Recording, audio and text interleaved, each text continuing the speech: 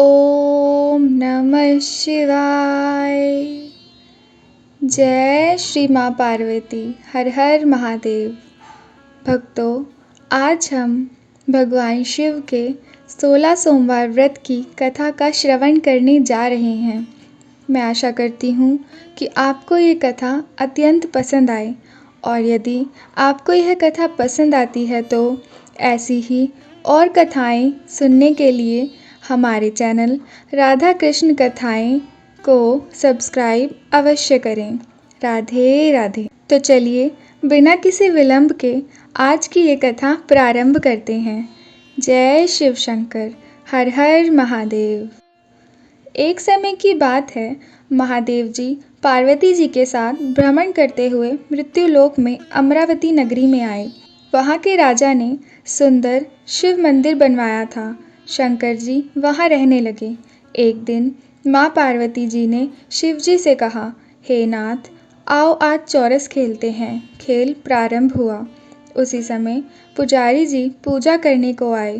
पार्वती जी ने पुजारी जी से पूछा कि पुजारी जी बताइए, जीत किसकी होगी।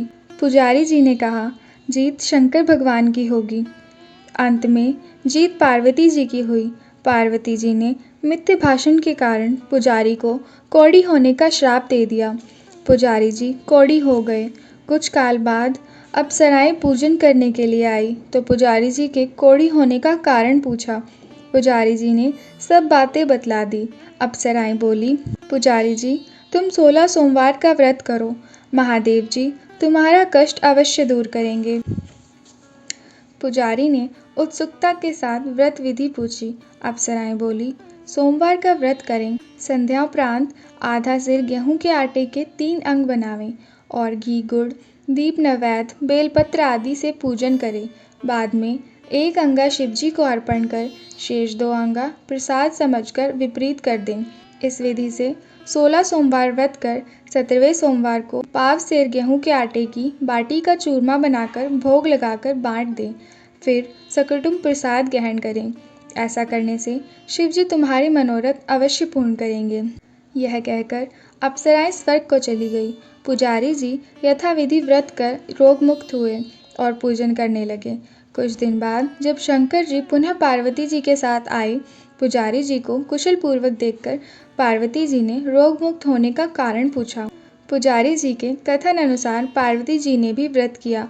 फलस्वरूप अप्रसन्न कार्तिकेय जी माता के आज्ञाकारी हुए। कार्तिकेय जी ने माँ पार्वती से पूछा कि क्या कारण है माँ, मेरा मन आपके चरणों में लगा। पार्वती जी ने कार्तिकेय को यह व्रत बतलाया। कार्तिकेय ने भी इस व्रत को किया। फलस्वरूप बिछड़ा मित्र मिला। उसने भी कारण पूछा। बताने पर विवाह की इच्छा से यथाविधि व्रत किया। फलंत वह विदेश गया। वहाँ राजा की कन्या का स्वयंवर था। राजा का प्रण था कि हथनी जिसको माला पहनाएगी उसी के साथ पुत्री का विवाह होगा। वह ब्राह्मण भी स्वयंवर देखने की इच्छा से एक और बैठ गया। हथनी ने माला इसी ब्राह्मण को पहनाई। धूमधाम से विवाह हुआ। तत्पश्चात दोनों सुखी रहने लगे। एक दिन राजकन्या ने पूछा, आपने ऐसा कौन सा पुण्य किया है जिसके कारण राजकुमारों को छोड़ हथनी ने आपका वरण किया। ब्राह्मण ने उसे 16 सोमवार को सविधि बताया। राजकन्या ने भी सुपुत्र प्राप्ति के लिए व्रत किया और सर्वगुण संपन्न पुत्र प्राप्त किया।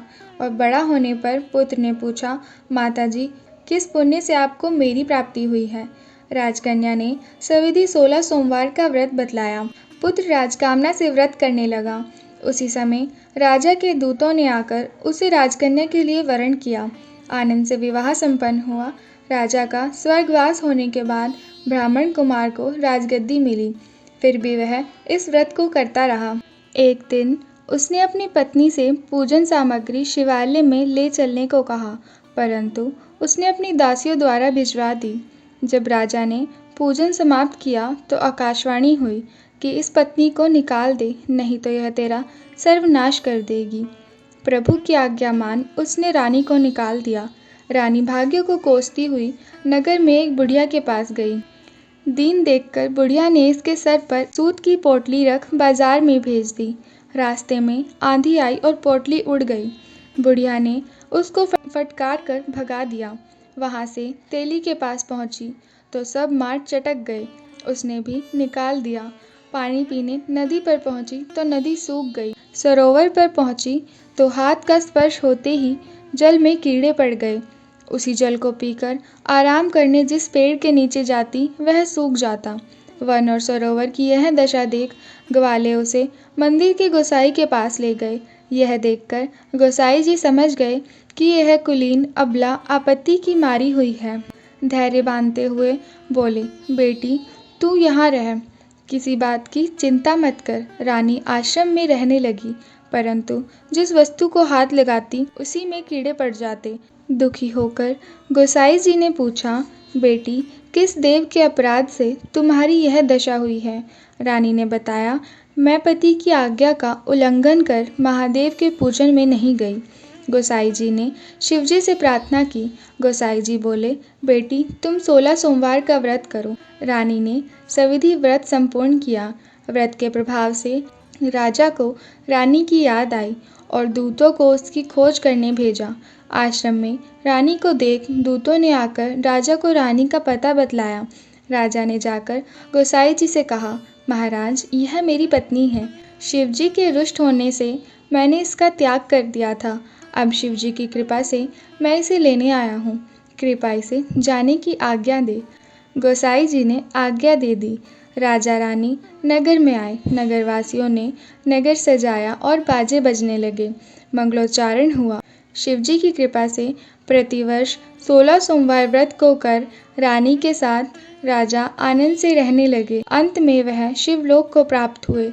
इसी प्रकार जो मनुष्य भक्ति सहित विधि पूर्वक 16 सोमवार का व्रत करता है और इसकी कथा को सुनता है, उसकी सभी मनोकामनाएं पूर्ण होती हैं और अंत में वह शिवलोक को प्राप्त होता है। जय शिव शंकर।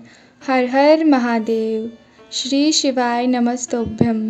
मैं भगवान शिव से प्रार्थना करती हूँ कि आप और आपका परिवार सकुशल रहे और आपकी जो भी मनोकामना है वो अवश्य पूर्ण हो। जय शिव शंकर। हर हर महादेव। यदि आपको हमारी कथा पसंद आई तो वीडियो को लाइक कीजिएगा और हमारे चैनल को सब्सक्राइब कीजिएगा ताकि हमारी आने वाली सभी वीडियोस का नोटिफिकेशन आपको सबसे पहले मिलता रहे। और कमेंट में राधे राधे लिखना ना भूलें। जय श्री राधे कृष्ण।